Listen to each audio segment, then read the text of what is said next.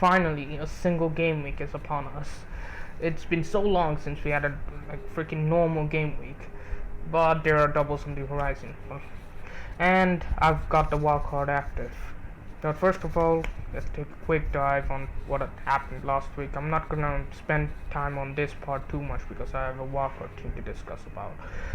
So, in goal, Kepa with 1 point, yeah, whatever. Like, I didn't expect him to get anything either. Chelsea are shit at the moment. And without Thiago Silva, they're just gonna concede even more. Ben White with 13 points, good thing he kept 2 clean sheets and got some bonus points. I'm happy with that. I just persisted with him. And Tarkowski with 0, very disappointing. Very, very disappointing. He should have gotten 1 clean sheet in that Aston Villa game. Bueno with 3. He was on for a clean sheet and then he just conceded a goal and then got taken off. So it could have been even worse. 3 points, I'll take it. Yeah, I didn't expect him to do much either. Van Dijk with 24. The story about Van Dijk this week was I didn't have the money for Trent, but in the last moment I just thought maybe I should take the additional -4 to get rid of Shaw for Van Dijk since I've got the exact money. With 2 minutes left till the deadline, I just did it because even though if I take a hit for Van Dijk, if he plays 2 matches, which he probably will, he will just cancel out the hit. So let's take the chance and go for the upside. And my god, did he deliver. When FIFA Awards showed up, this guy just decided to drop a masterclass. 24 points. Absolutely brilliant. This is one of my greatest moments in FPL. In the midfield, it was Morris, got 1 point. I expected him to start since Man City was struggling in the league to get some goals. If he started in that Bournemouth game, he would have gotten something. It's just a draw of the Prep roulette. And Saka with 15, Salah with 22. I brought in Salah, yes. I didn't plan on to, but I thought I'm taking a -8 and maybe I should just go for Salah because I'm scared of captain Saka because one of his fixture was an early kickoff. So yeah, that really put me off of captaining Saka. In the 3 p.m. kickoffs. 3 p.m. kickoffs really don't work for me. So I just wanted to captain Salah and it did pay off, but even though Saka outscored him, the gap isn't that much. Gap is just maybe 6 points. Gap is 6 points, or no, it's 8 points, but yeah, it's not that much. Darwin too, very disappointing. He didn't play the first match because he was carrying a knock from the Real Madrid match, which we didn't know about. In the press conference, they didn't say anything about Darwin's carrying injury. So yeah, and he did score a goal, but it was ruled out because Jota did a foul in the goal. Continue with 5 and grabs in his head. He didn't play he didn't start the first match and the second. Martinelli instead, the guy I persisted with for so long.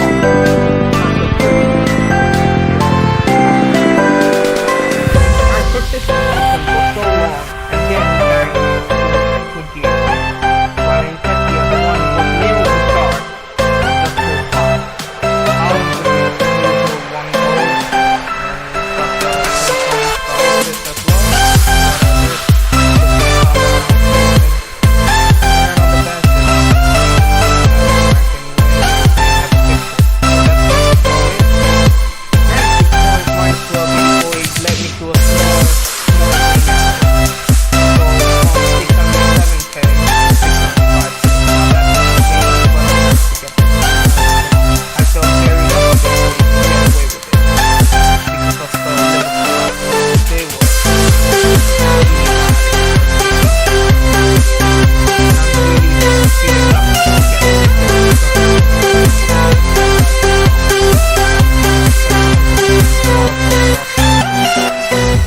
Wildcard, as usual, I used the template as the base and then worked my way up for it to make it a little bit different from the others so that I gain some rank from my wildcard. Because there's no point if I just copy everyone else's team. I'll just stick to where I am or drop even lower.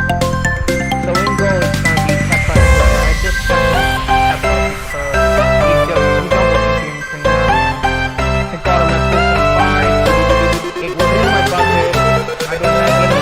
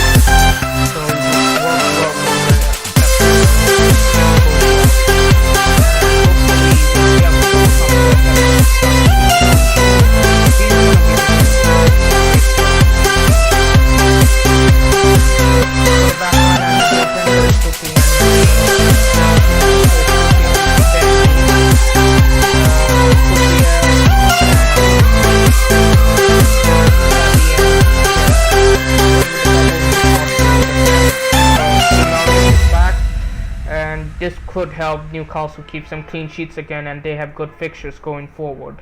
And they have doubles as well coming up in GW29 and also in the further 32 or 33 down around that period. I went with Ben Mee because he has that attacking threat from the set pieces. He always has a goal in him from set pieces. You can go for Henry or Pinnock. Pinnock and Ben Mee's XG are probably the same, and Henry, yeah, when Brentford plays in a back fight, he's the most attacking one because he is a wing back. But if they don't, which they won't most of the times, then his attacking trait greatly depletes. So it's better. Ben Mee is my preferable pick because of the goal threat from set pieces. Estupinan, I have to pick him. Like, I would rather pick Estupinan, who might not play this week but was certain to play in the double. It's worth to just bring him in now rather than a dunk. Estupinan, I haven't read, I didn't catch anything about in the press conference. I have to check again. Did they say anything? I didn't read anything about Estupinan, so I have to check again on Twitter. But if the manager said he will be available, but we're not sure if he plays this week, I'll still get him because he will certainly be available for next week when the double arrives. And finally, it's Zinchenko. He's the best Arsenal defender at the moment. He's getting those assists. He's gonna get some clean sheet because Arsenal, even though they don't have a double, they have good single game week fixtures, and those are really good from defensive point and attacking point. Arsenal is just really good this season, and they're on a different level. Just back their assets easily. In the midfield, it's Maddison, Saka, Odegaard, Rashford, and Solly March. I picked Solly March and switched out Mitoma because Solly March is looking like he has better goal threat. Mitoma is going wider right now. He's playing wide and letting Estupinan cut in, and Solly March is the one who's creating all the chances. So that's why Solly March is in. McAllister, you could say McAllister is a pick also, but he's only good when he's playing as a number 10, and De Zerbi, we've seen De Zerbi just keep on shifting his attack time and time again, shifting his player positions.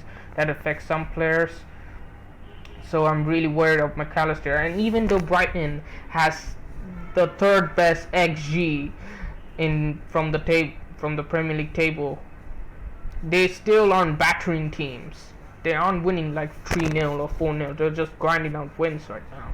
So it's pretty much a lottery on you getting lucky on one of the Brighton midfielders. I'm just gonna take my chances on Solly March. De Zerbi said he will be available for tomorrow. So yeah, that flag on the website should go away tomorrow. And Rashford, we have to keep him. He scores goals every week. He's in phenomenal form. Permanent captain material right now as well. Better permanent captain than Haaland right now. The form he's been. Man United are really good. They're on the rise. They just won the Carabao Cup as well. It's just gonna carry the flow. And two Arsenal midfielders. Saka stays, obviously. He's on pens. He's the main man. He's the one who scores the opening goals most of the times. And Odegaard, because he's nailed. He's nailed more than Martinelli. What if Nketiah comes back next week and then Martinelli shifts to the left, or Jesus comes back and Martinelli also shifts to the left but shares minutes with Trossard? So there's still uncertainties about Martinelli, so I picked Odegaard for safety, and he is a bonus point magnet, right? As well, gets one assist and gets all 3 bonus points most of the times. And as the fifth midfielder, it's Maddison because I want to get on Maddison early, and I want to save an additional transfer for future. Rather than a Brighton midfielder, I just want to get Maddison because I love Maddison so much, and he's been really good to me in past years and in this season as well when I brought him in. Maddison is just an epic player in the mid-priced assets. Like 8.1, he creates a lot for Leicester. Leicester without Maddison is a completely different side. Leicester with Maddison is just really good in attack. He keeps on creating chances. He links up well with Iheanacho and Barnes, and he has attackers also to finish his chances. So, and he scores a goal, and he's on free kicks as well. He's just amazing. So yeah, Maddison is in. I'm really happy to get him in early. And Brendan Rodgers said he should be available. He is flagged ill. Illness only takes 1 week, which he missed last week, so he should be back this week. And finally, in the front line, it's Tony, Kane, and Haaland as usual. Tony because he has the doubles, but he's on 8 yellow cards as well. But I'll rather take the chance for the bigger upside. There's huge upsides on him. And his gambling thing, yeah, it isn't gonna take course until April, and by then Game Week 29 could be finished. Like it could be in mid-April, something like that. Like we should rather take our chances and get Tony in. He has good fixtures in the meanwhile, and those 2 doubles as well.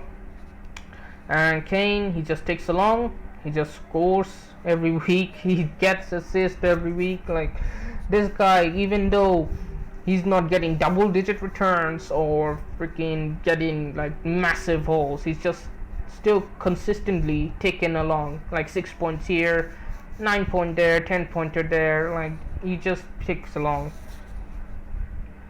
So, and finally, it's Haaland. There's a lot of talk about from a stats point of view. We should get rid of Haaland for Watkins, but I'll still keep Haaland because of the ownership. I won't be able to take the freaking heart attack scenes when freaking Haaland gets a hat trick and I don't have it, and my rank just drops like a stone, and all my hard work is gone to shit.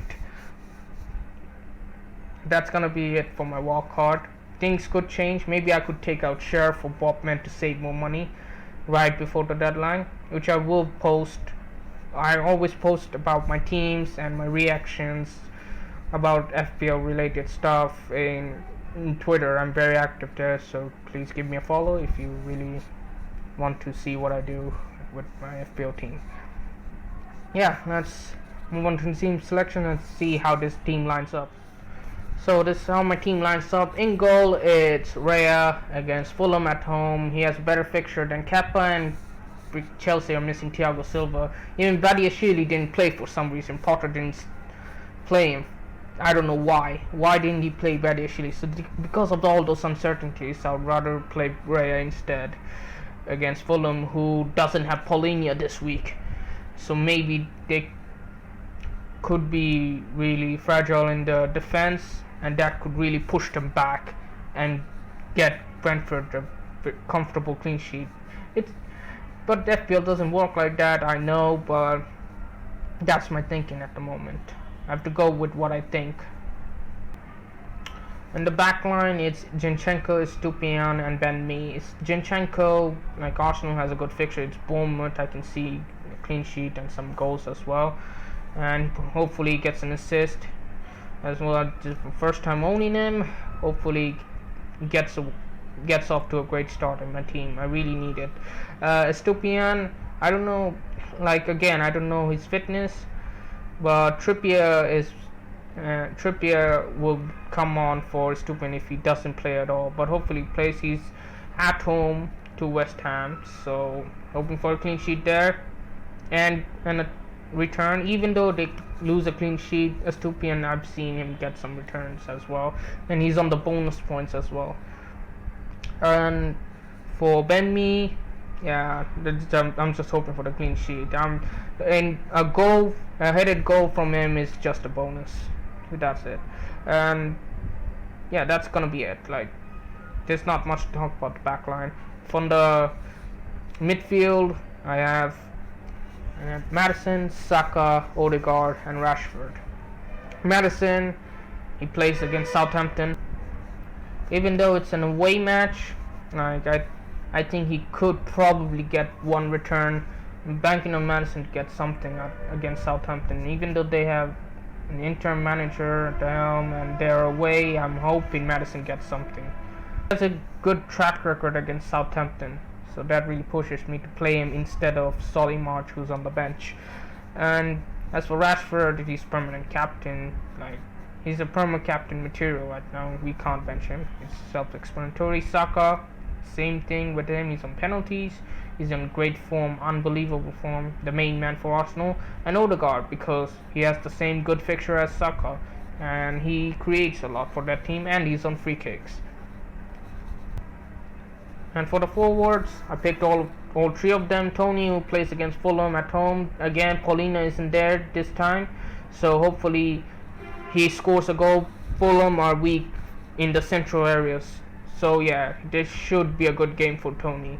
Haaland, yeah, he's unbenchable, even though he plays in the early kickoff. It's at home against Newcastle. That's why I just benched Trippier, because it's a home fixture for Man City, not for Newcastle. And finally, it's Kane.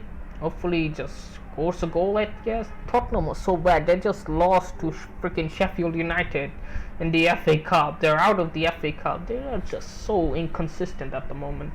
It's unbelievable. I don't know how they're in the top four race with the ridiculous inconsistency they're showing right now. It's, hopefully, just if anyone's gonna get something, it's always gonna be Kane. It's a good thing I just have only one Spurs player, and it's the main man from them, Harry Kane. And for the captaincy, it's gonna be a tricky one this week. It could be either Rashford or Saka. Currently, it's on Saka at the moment because of the Bournemouth fixture at home. But those 3 p.m. kickoffs really scare me. But right now, I've got to back the fixture. If I feel anything different before the deadline, then I'll change it to Rashford. But Rashford does play away against Liverpool. But Rashford is gonna play against Trent, who can't defend for anything. He can't defend for his life, Trent. Trent is so bad at defending, and he just gives up pressing people as well. So yeah, it's gonna be a cakewalk for Rashford, I think. But yeah, that's gonna be it. This probably will be my last video in the face cam mode and with all these graphics, because I'm pretty burned out right now, and I've got my exams coming along in May, and Ramadan is also coming up this year. I'll be severely burned out, and also I won't have the time to do it. I'll still create some short videos for meanwhile for every single week, but it won't be like this. So yeah, good luck to you all, and catch you all next season in my face cam mode. And hopefully before that, I'll just say I'm just gonna use the bench boost on Gaming 29, and for the free hit I'm just gonna use it on Gaming 37. I think I'm just gonna try to hold it until then. And that's my chip strategy right now. Yeah, and thanks for watching, and you can always follow me on Twitter. Link is in the description. Like, follow my journey, and I'm very active there on Twitter. Yeah, catch you later. Good luck to you all.